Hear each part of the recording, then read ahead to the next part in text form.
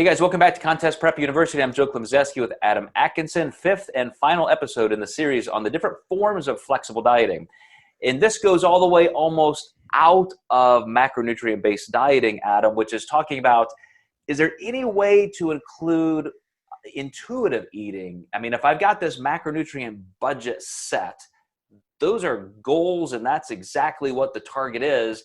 How can I integrate intuitive eating? And we touched on it last time, which is, you know, what if I was just kind of extra hungry and I had an extra 100 calories or 50 calories, or maybe even 200 calories? Wasn't a planned calorie increase, but should I just listen to my body and say that's what I needed?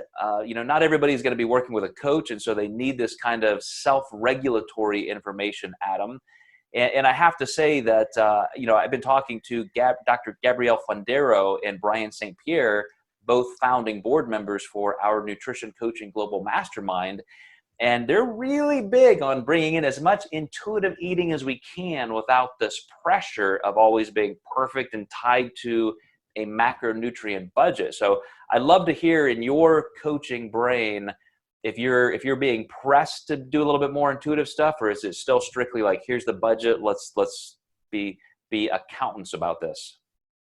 I really base that per person, and I do this a lot like training. This is going to be a great example. With training, there's something called auto-regulation, where if somebody is really feeling beat down, I want them to take some time off. And I have clients who can really gauge their bodies well.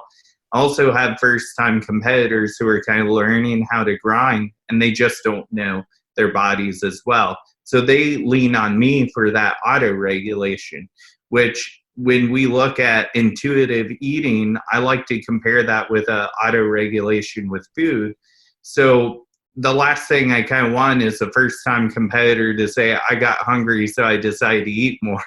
So I think a dieting phase, that doesn't work as well, but when they're exiting that contest phase, they have a lot more experience with dieting.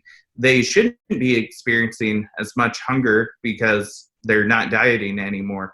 And I think we can use some auto-regulation with food and say, if you were starving at night, absolutely have a sensible snack, but also learn to say, I'm going to consume an extra 300 calories, wait 30 minutes and see how I feel.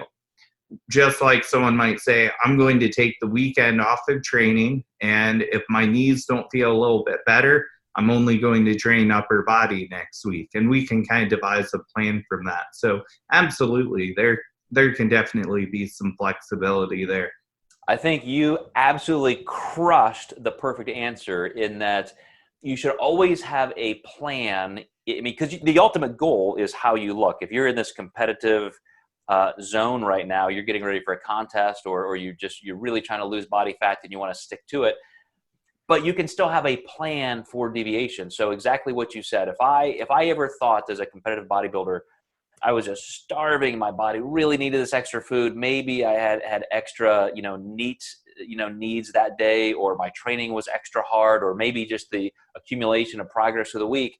And if I said, okay, I'm going to allow myself one extra meal, and it would always be something like a 6 egg white omelet. So maybe a little salsa on there, but I'm gonna go with protein first. Maybe I had an extra 100 calories, 125 calories in protein, and that would get me through that spot. Or it could have been something like, I'm gonna keep a little granola bar or a small size protein bar. That's my emergency snack. If I have to have something extra, it's gonna be that. But it wasn't just going to the pantry and saying, hey, I'm just starving, I'm going to eat. That's going to take you pretty far away from intuitive eating and probably into disordered eating. Mm-hmm. I have a client right now. Their big thing is having family dinner together. She tracks all day, but she tracks everything except for dinner every night of the week. And she's not really a big weekend eater. And it's working out absolutely wonderful for her. So I assume the calories on those dinners are pretty consistent, but it's worked really well for us. And she said it has just been so refreshing to just have that dinner, not track it, not worry about putting anything in her phone with her family. And it's been really successful.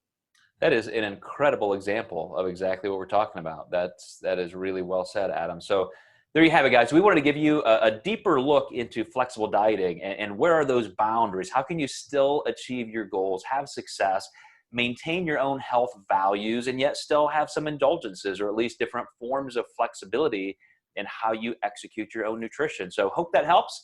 And as always, like, share, comment, especially this kind of a series that has incredible utility for people you might know. Feel free to share with them. And we'll see you next time in Contest Prep University.